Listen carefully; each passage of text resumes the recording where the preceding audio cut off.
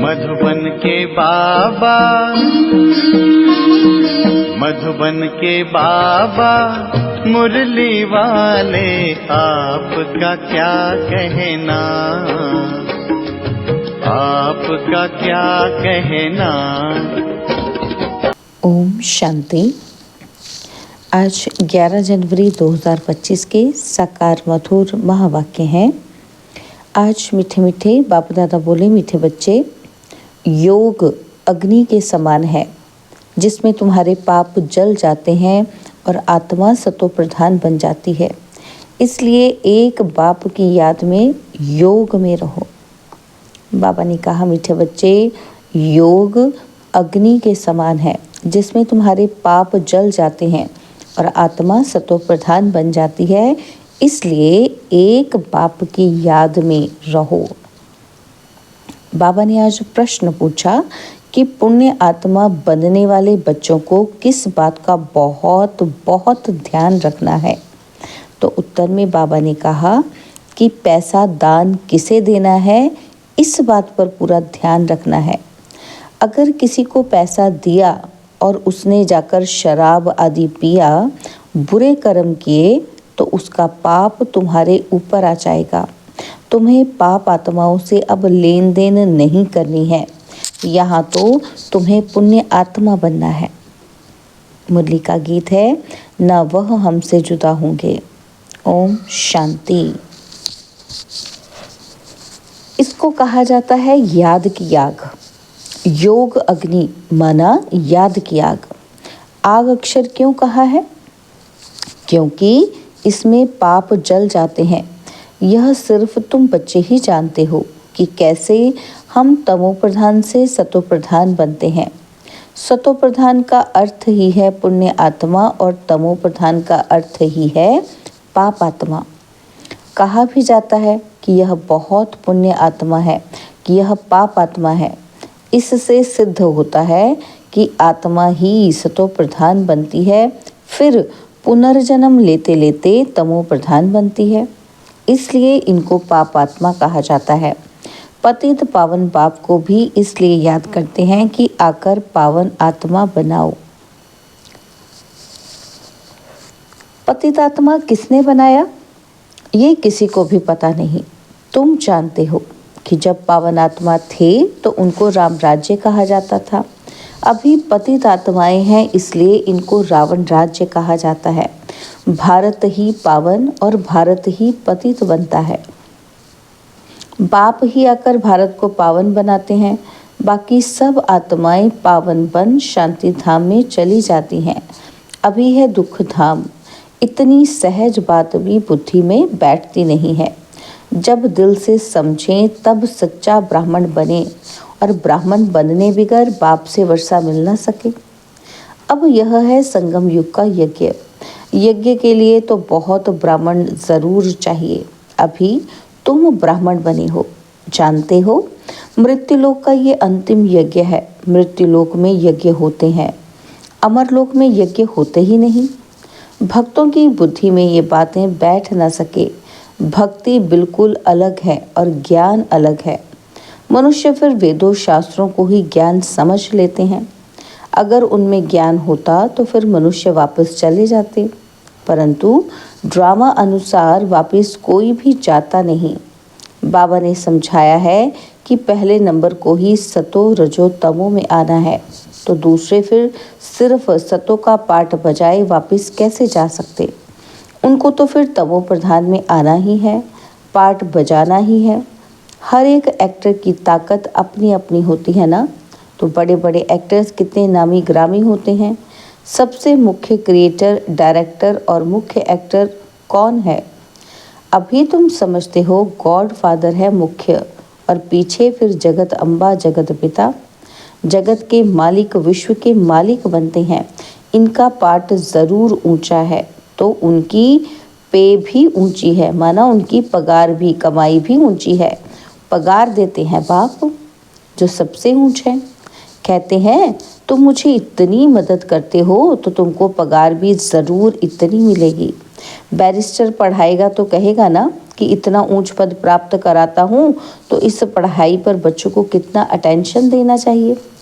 ग्रस्त में भी रहना है, कर्म योग संन्यास है ना, तो ग्रस्त व्यवहार में रहते सब कुछ करते हुए बाप से वर्षा पाने का पुरुषार्थ कर सकते हैं।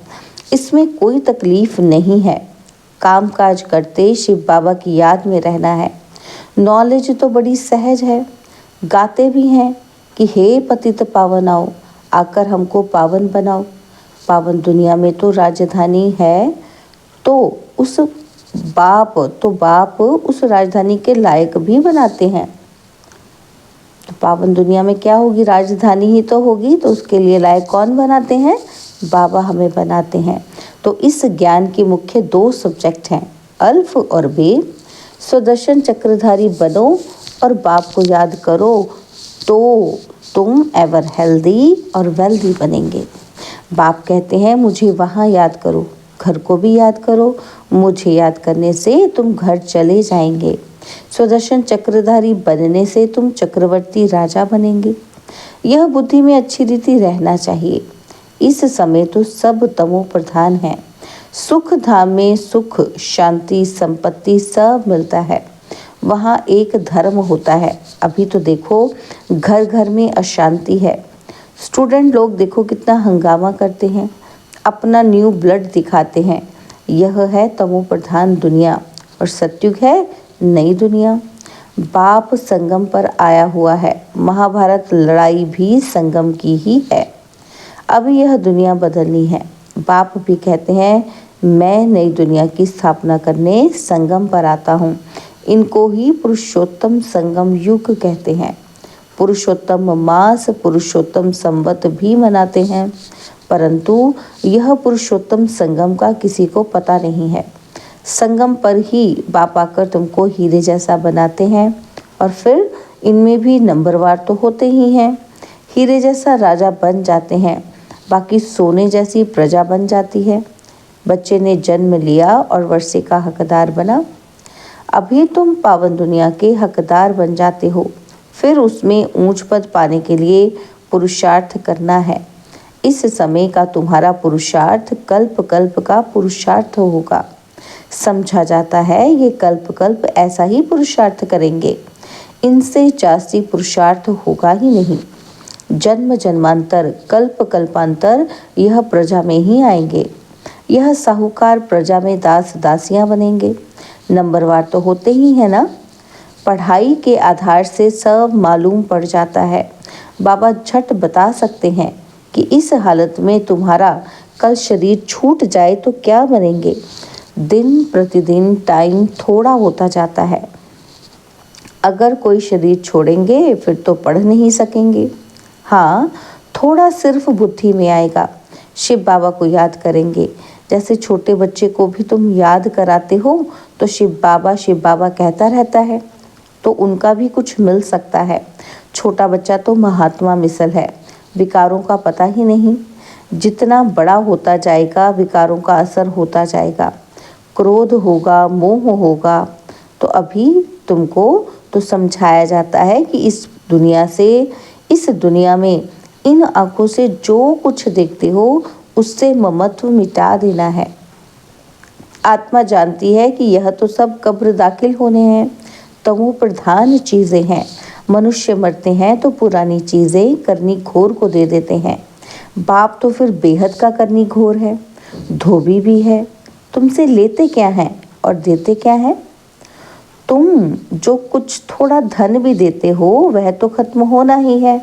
फिर भी बाप कहते हैं ये धन रखो अपने पास, सिर्फ इनसे ममत्व मिटा दो। रखना कहाँ है, अपने पास ही रखना है, यूज़ भी हम नहीं करना है।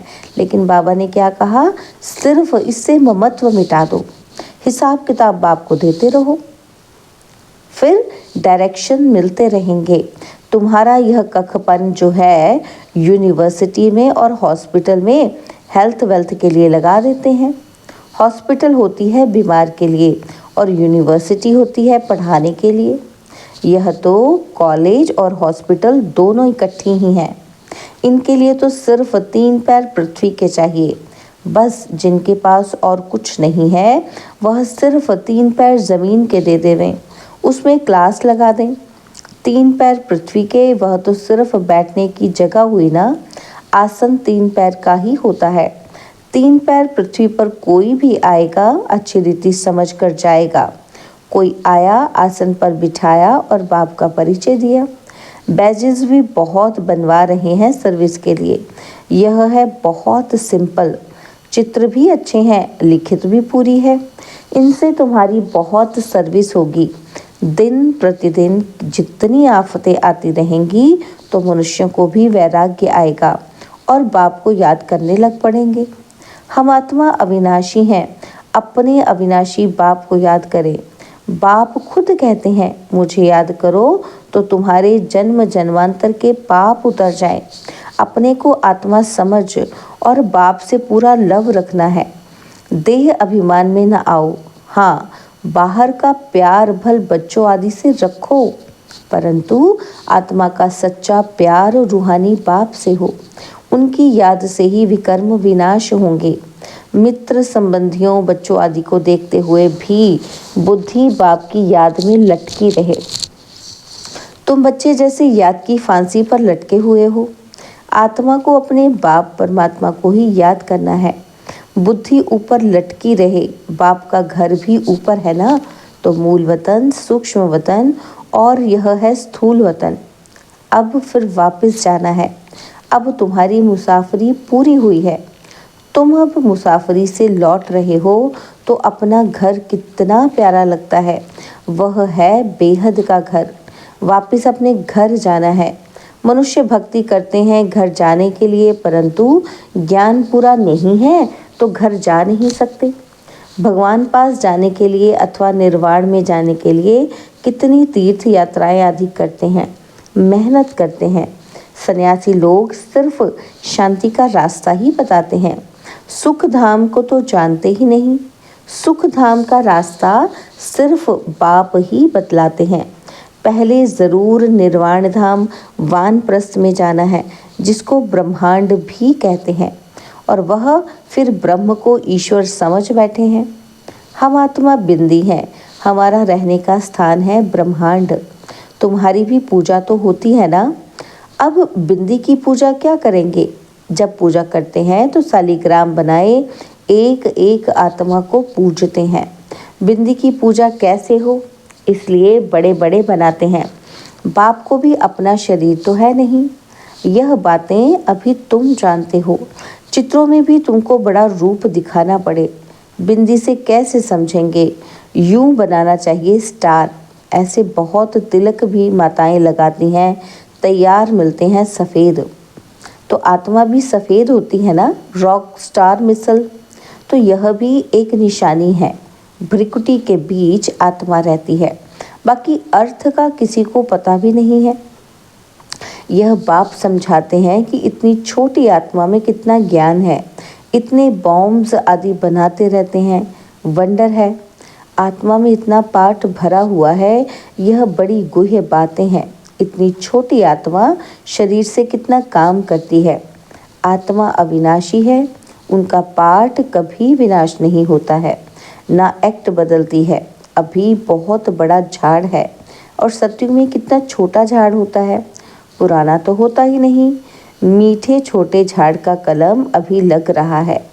तुम पतित बने थे, अब फिर पावन बन रहे हो। छोटी सी आत्मा में कितना पाठ है। कुदरत यह है, अविनाशी पाठ चलता रहता है, यह कभी बंद नहीं होता। अविनाशी चीज़ है, उसमें अविनाशी पाठ भरा हुआ है। यह वंडर है ना। तो बाप समझाते हैं, बच्चे देही अभिमानी बनना है। अपने को आत्मा समझ बाप को याद करो। इसमें है मेहनत। जास्ती पाठ तुम्हारा है, बाबा का इतना पाठ नहीं जितना तुम्हारा। बाप कहते हैं, तुम स्वर्ग में सुखी बन जाते हो तो मैं विश्राम में बैठ जाता हूँ। हमारा कोई पाठ ही नहीं। इस समय इतनी सर्विस करता हूँ ना, तो यह नॉलेज इतनी वंडरफुल है, तुम्हारे सिवाय ज़रा भी कोई नहीं जानते हैं। बाप की याद में रहने के बगैर धारणा भी नहीं होगी। खान पान आदि का भी फर्क पड़ने से धारणा में फर्क पड़ जाता है। इसमें प्योरिटी बड़ी अच्छी चाहिए। बाप को याद करना बहुत सहज है। बाप को याद करना है और वर्षा पाना है। इसलिए बाबा ने कहा था कि तुम अपने पास भी चित्र रख दो। योग का और वर्षे का चित्र बनाओ तो नशा रहेगा। हम ब्राह्मण सो देवता बन रहे हैं और फिर हम देवता सो क्षत्रिय बनेंगे। ब्राह्मण है पुरुषोत्तम संगम युगी। तुम पुरुषोत्तम बनते हो ना। मनुष्य को यह बातें बुद्धि में बिठाने के लिए कितनी मेहनत करनी पड़ती है। दिन प्रतिदिन जितना नॉलेज को समझते जाते हैं तो खुशी भी बढ़ेगी। तुम बच्चे जानते हो कि बाबा हमारा बहुत कल्याण करते हैं। कल्प कल्प हमारी चढ़ती कला होती है। यहाँ रहते शरीर निर्वाह अर्थ भी सब कुछ करना पड़ता है। बुद्धि में रहे कि हम शिव बाबा के भंडारे से खाते हैं। शिव बाबा को याद करते रहेंगे तो काल कंटक सब दूर हो जाएंगे और फिर ये पुराना शरीर छोड़ चले जाएंगे। बच्चे समझते हैं कि बाबा कुछ भी लेते नहीं हैं, वह तो दाता है। बाप कहते हैं हमारी श्रीमत पर चलो। तुम्हें पैसे का दान किसे करना है, इस बात पर पूरा ध्यान देना है। अगर किसी को पैसा दिया और उसने जाकर शराब आदि पिया, बुरे काम किए, तो उसका पाप तुम्हारे ऊपर आ जाएगा। पाप आत्माओं से लेन देन करते पाप आत्मा बन जाते हैं। कितना फर्क है। पाप आत्मा से ही लेन देन कर पाप आत्मा बन जाते हैं। यहाँ तो तुमको पुण्य आत्मा बनना है, इसलिए पाप आत्माओं से लेन देन नहीं करनी है। बाप कहते हैं कोई को भी दुख नहीं देना है और कोई में मोह नहीं रखना है। बाप भी सैक्रीन बनकर आते हैं, पुराना कखपन लेते हैं। देते देखो कितना ब्याज है, बड़ा भारी ब्याज मिलता है। कितना भोला है, 2 मुट्ठी के बदले महल दे देते हैं। अच्छा, मीठे मीठे सिखिलते बच्चों प्रति माता पिता बाप दादा का याद प्यार और गुड मॉर्निंग। रूहानी बाप की रूहानी बच्चों को नमस्ते। हम रूहानी बच्चों की रूहानी बाप दादाजी को दिलवा जान सिकवा प्रेम से नमस्ते। ओम शांति। प्यारे बाबा, मीठे बाबा, मेरे बाबा, शुक्रिया बाबा, शुक्रिया बाबा, शुक्रिया। धारणा के लिए मुख्य सार है। पहला पॉइंट है, अब मुसाफरी पूरी हुई, वापस घर जाना है। इसलिए इस पुरानी दुनिया से बेहद का वैराग्य रख बुद्धि योग बाप की याद में ऊपर लटकाना है। सेकंड पॉइंट है, संगम युग पर बाप ने जो यज्ञ रचा है, इस यज्ञ की संभाल करने के लिए सच्चा पवित्र ब्राह्मण बनना है। कामकाज करते बाप की याद में रहना है। बाबा ने आज वरदान दिया, आदि रत्न की स्मृति से अपने जीवन का मूल्य जानने वाले सदा समर्थ भव। आदि रत्न की स्मृति से अपने जीवन का मूल्य जानने वाले सदा समर्थ भव। जैसे ब्रह्मा आदि देव हैं, ऐसे ब्रह्मा कुमार कुमारियां भी आदि रत्न हैं।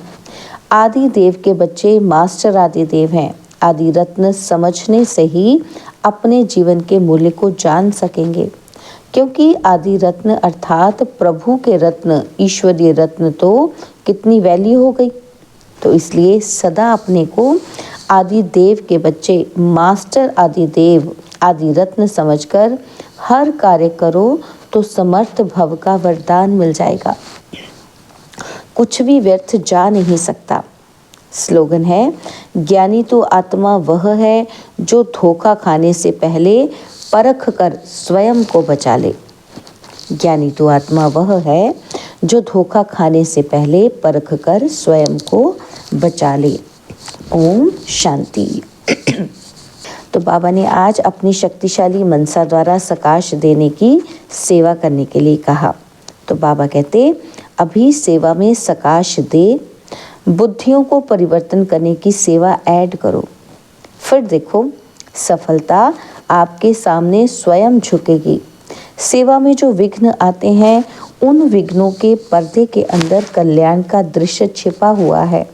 सिर्फ मनसा वाचा की शक्ति से विघ्न का पर्दा हटा दो तो अंदर कल्याण का दृश्य दिखाई देगा। ओम शांति।